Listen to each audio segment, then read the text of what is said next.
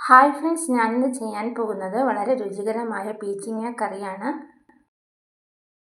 അതിനായിട്ട് ഞാനിപ്പോൾ 2 പീച്ചിങ്ങയാണ് എടുത്തിട്ടുള്ളത്. പീച്ചിങ്ങയുടെ തോലെല്ലാം ചെത്തിയ ശേഷം നമുക്ക് ചെറു കഷ്ണങ്ങളാക്കി എടുക്കണം. കഷ്ണങ്ങളാക്കി നമുക്കിപ്പോൾ ഒരു ചട്ടിയിലോട്ട് മാറ്റാം. കൂടെ ഒരു പകുതി തക്കാളി അരിഞ്ഞത് ഞാൻ ചേർത്ത് കൊടുത്തിട്ടുണ്ട്.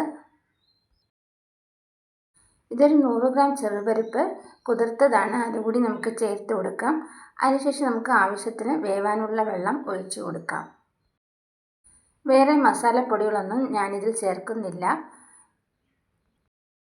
എരിവിനാവശ്യമായിട്ട് ഞാനിപ്പോൾ ഒരു 3 പച്ചമുളകാണ് അരിഞ്ഞ് ചേർക്കുന്നത്. ഇനി നമുക്കിതൊന്ന് വേവിക്കാൻ വയ്ക്കാം. പരിപ്പെല്ലാം ഇപ്പോൾ ചെറുതായിട്ട് വെന്ത് വന്നിട്ടുണ്ട്. നമുക്കിനി കുറച്ച് ഉപ്പ് കൂടി ചേർത്ത് കൊടുക്കാം.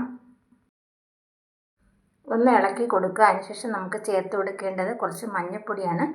അതുകൂടി ഞാനിപ്പോൾ ഇട്ട് കൊടുക്കുന്നുണ്ട്. ഇനി ഒന്നുകൂടി നമുക്ക് തിളപ്പിച്ച് പരിപ്പ് നല്ലപോലെ ഒന്ന് വേവിച്ച് ഉടച്ചെടുക്കണം. പരിപ്പെല്ലാം ഇപ്പോൾ നല്ല വെന്ത് വന്നിട്ടുണ്ട്. നമുക്കിനി ചേർത്ത് കൊടുക്കേണ്ടത് ഒരു 1/2 ഗ്ലാസ് കട്ടി തേങ്ങാപ്പാലാണ്. അതുകൂടി ഞാൻ ഒഴിച്ചു കൊടുക്കുന്നുണ്ട്. ഉടൻ തന്നെ നമുക്ക് 1 മിനിറ്റ് ഒന്ന് വെച്ച ശേഷം സ്റ്റൗ ഓഫ് ചെയ്യാം. ഈ കറിക്ക് ഞാൻ കടുക് ഇടുന്നില്ല, അതിന് പകരം ജീരകമാണ് ഇട്ട് പൊട്ടിക്കുന്നത്. അതിനുശേഷം നമുക്ക് ഒരു ചെറിയ സവാള അരിഞ്ഞത് കൂടി ചേർത്ത് കൊടുക്കാം. കൂടെ തന്നെ ഉണക്കമുളകും കുറച്ച് കറിവേപ്പിലയും കൂടി ചേർത്ത് നന്നായിട്ടൊന്ന് വഴറ്റിയെടുക്കാം.